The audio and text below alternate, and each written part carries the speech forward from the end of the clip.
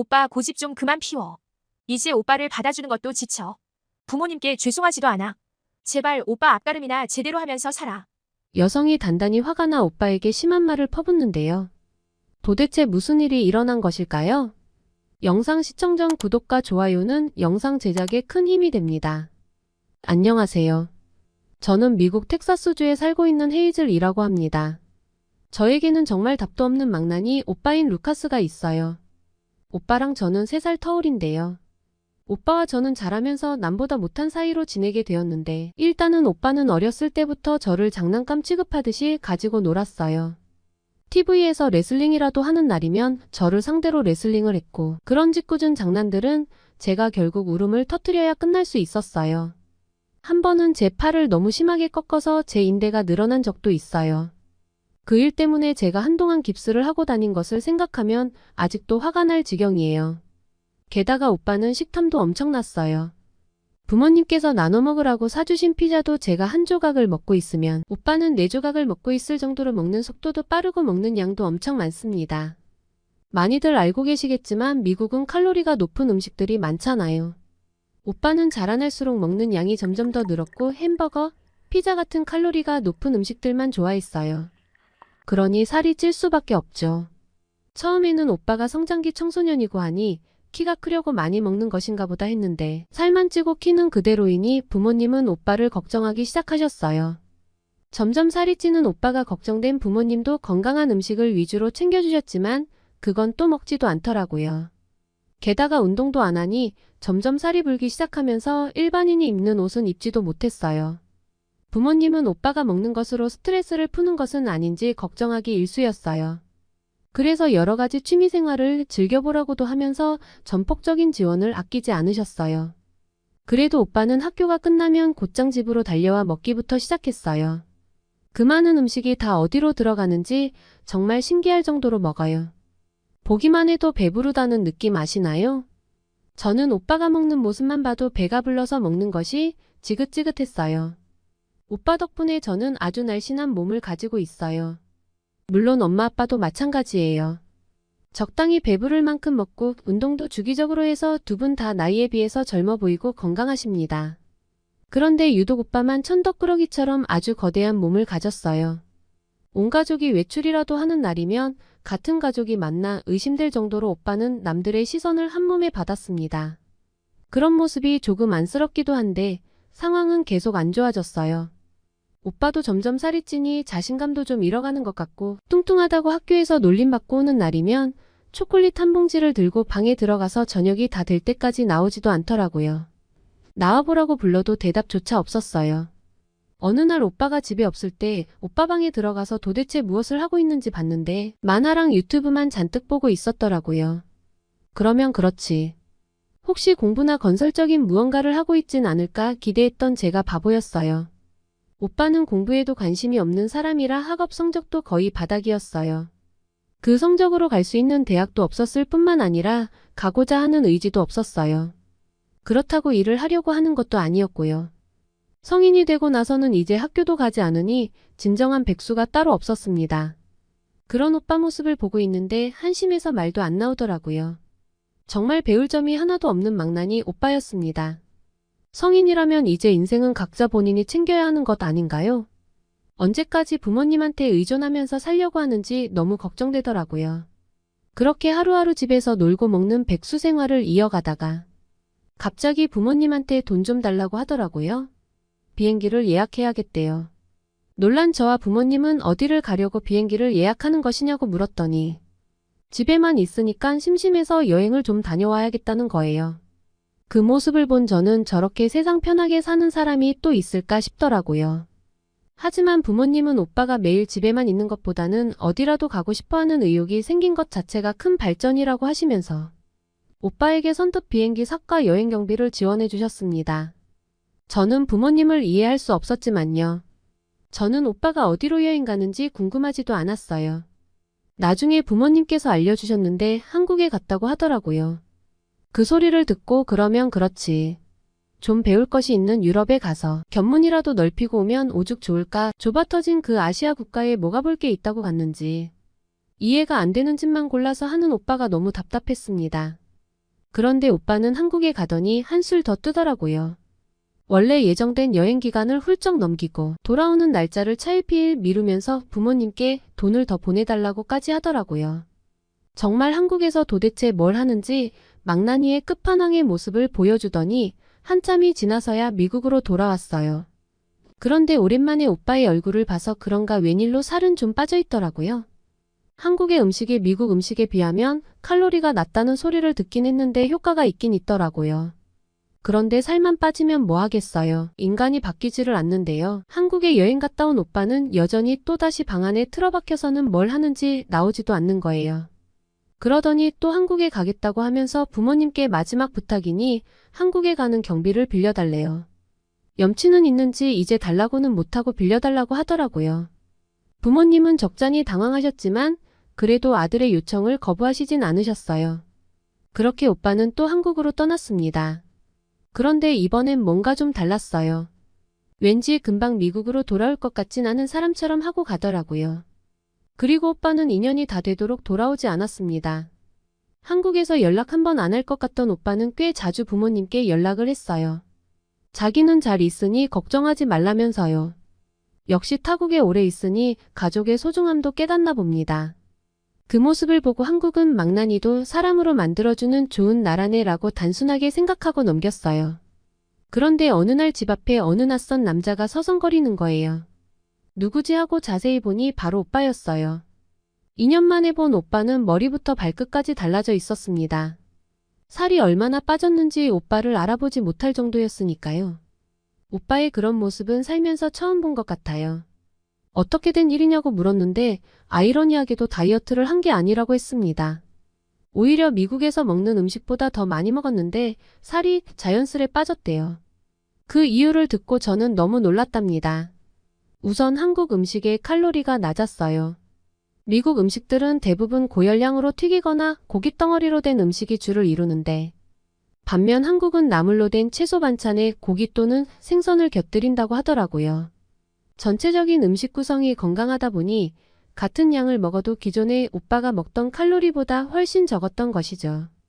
그래서 다이어트를 하지 않았는데도 알아서 살이 빠지더래요. 한국에서 건강식을 먹고 와서 그런지 오빠는 식습관도 바뀌었습니다. 고기나 칼로리가 높은 튀긴 음식보다 채소를 더 잘 먹더라고요. 심지어 오빠는 제 선물까지 사왔습니다. 그냥 빈손으로 올 것이 분명하다고 생각했는데 한국 화장품을 사왔더라고요. 요즘 한국 화장품이 세계에서도 유명한 거 알고 있냐면서요. 솔직히 달라진 오빠는 좋다기보다는 무서웠습니다. 이렇게 변한 이유가 무엇인지 궁금했거든요. 표현 한 번 해준 적 없던 오빠였는데 선물을 건네주며 저한테 직접적으로 말을 걸더군요. 같은 공간에 있어도 항상 엄마를 통해서 서로의 안부를 확인하던 그 오빠가 말이죠. 순간 당황해서 제가 아무 말도 못하고 멍하게 있자 괜찮냐면서 머리에 손까지 올리더군요. 저는 기겁을 하며 괜찮다고 했습니다. 선물을 받아든 저는 빠르게 제 방으로 들어가 버렸죠. 오빠에게 선물을 받은 것은 처음인 것 같아서 기분이 묘하더군요. 오빠는 어느 날 가족들을 다 불러 모았어요. 그러더니 오빠가 비용은 자기가 낼 테니 집에 한국식 바닥 난방 공사를 하자는 거예요. 그게 뭐냐고 물었더니 온돌 공사래요. 알고 보니 오빠는 한국에 처음 여행을 갔을 때 온돌을 사용하는 숙소에서 지냈는데 온돌을 처음 접한 느낌이 혁명과도 같았대요. 방에 처음 발을 디뎠을 때 얼었던 발이 싹 녹는 기분을 지금도 잊을 수가 없다고 하더라고요. 미국은 히터식 난방을 사용하기 때문에 바닥에서 올라오는 냉기를 막을 수 없거든요. 카펫을 깔아도 한계가 있어요. 오빠는 이불에 몸을 누였는데 따뜻한 온기가 그대로 올라와 너무 행복했대요. 그리고 온돌의 기술이 너무 궁금하고 알고 싶어서 취업 비자를 준비해서 한국으로 다시 간 거였어요. 한국의 건설 현장에서 일하면서 어깨 너머 기술도 배우고 온돌 기능사 자격증까지 따서 왔다고 하는 거예요. 사실 몇 년 전에 텍사스에는 예상치 못한 한파가 불어닥친 적이 있었어요. 그 추위는 아직도 잊을 수가 없어요. 모든 것을 얼어버리게 할 정도로 강력한 추위 때문에 전기와 수도도 끊겼었거든요. 게다가 난방 시스템도 고장나버리는 바람에 그 겨울 우리 가족은 삼중고를 겪으면서 고생을 심하게 했어요. 갑작스럽게 찾아온 추위는 평소에 생각해 본 적도 없는 어려움인지라 정말이지 곤란하게 짝이 없었죠.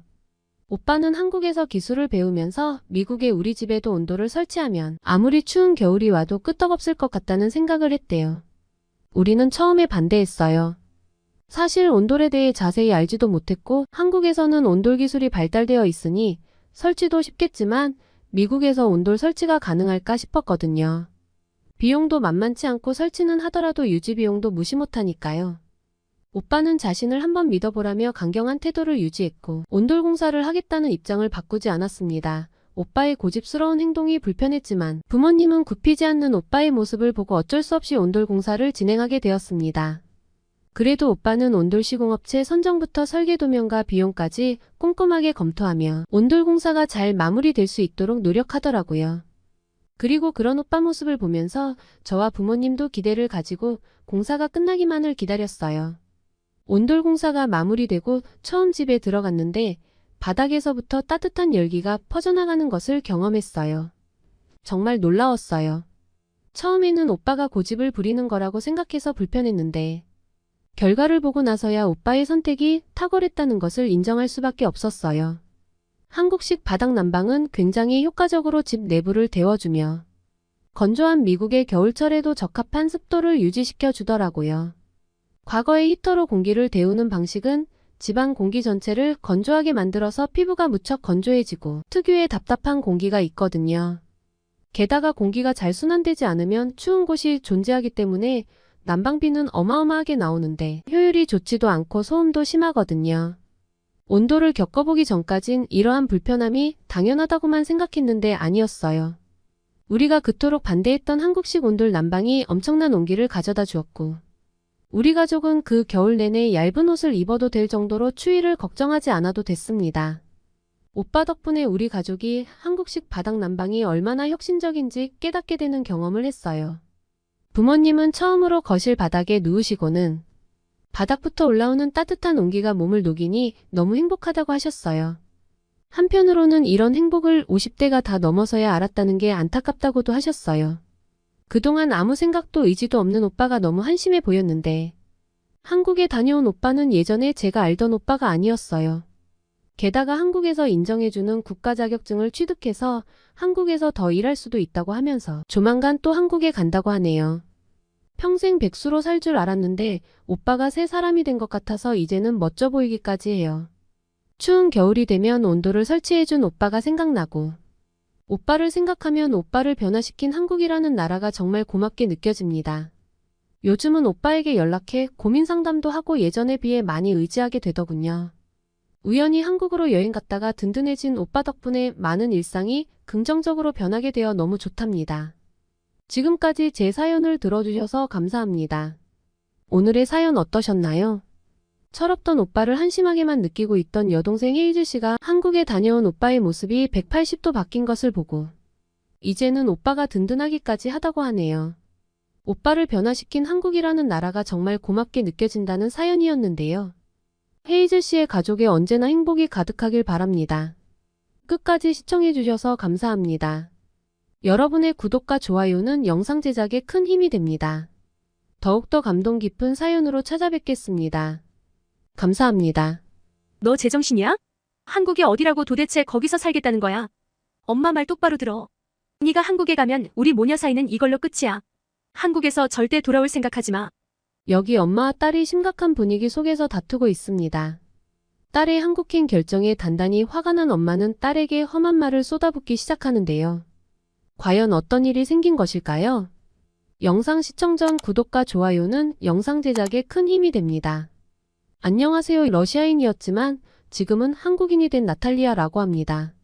한국에서 산 지는 7년 차에 접어들고 있어요. 저는 우연히 한국에 왔다가 어쩌다 보니 지금 한국인이 되어버렸네요. 평범한 가정에서 자라난 저는 다른 친구들과 비슷하게 고등학교를 졸업하고 대학교 진학을 앞두고 있었습니다.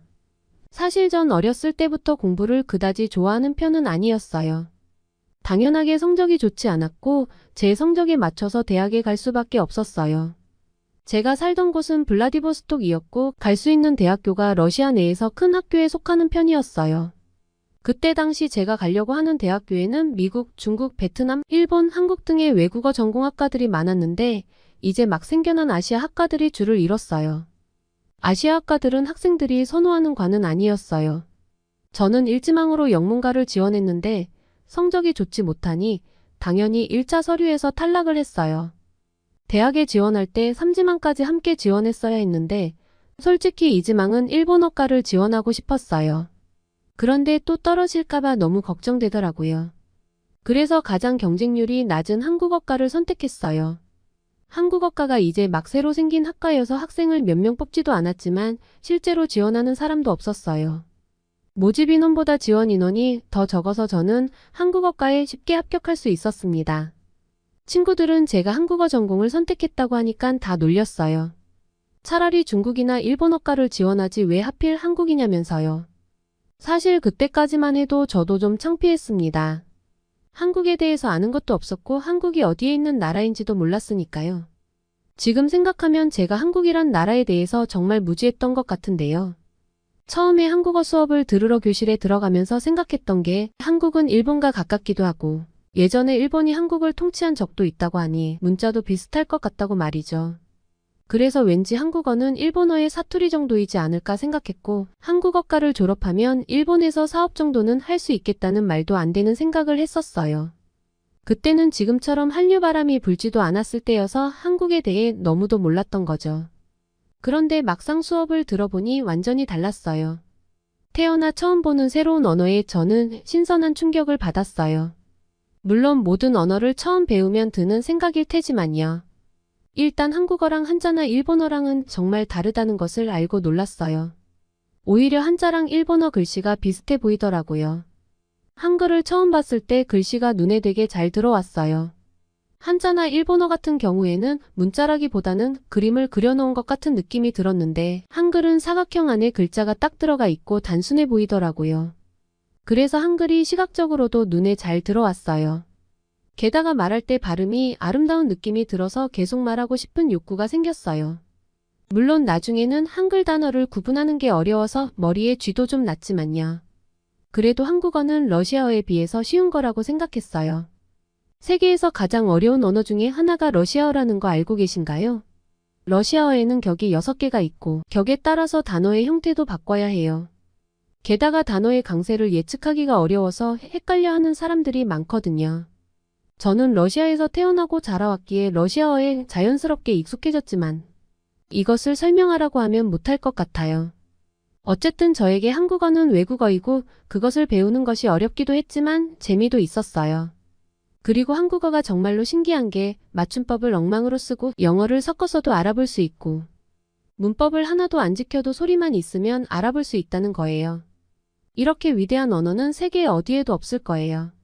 저는 한국어의 매력에 푹 빠져 한국어를 열심히 공부했어요.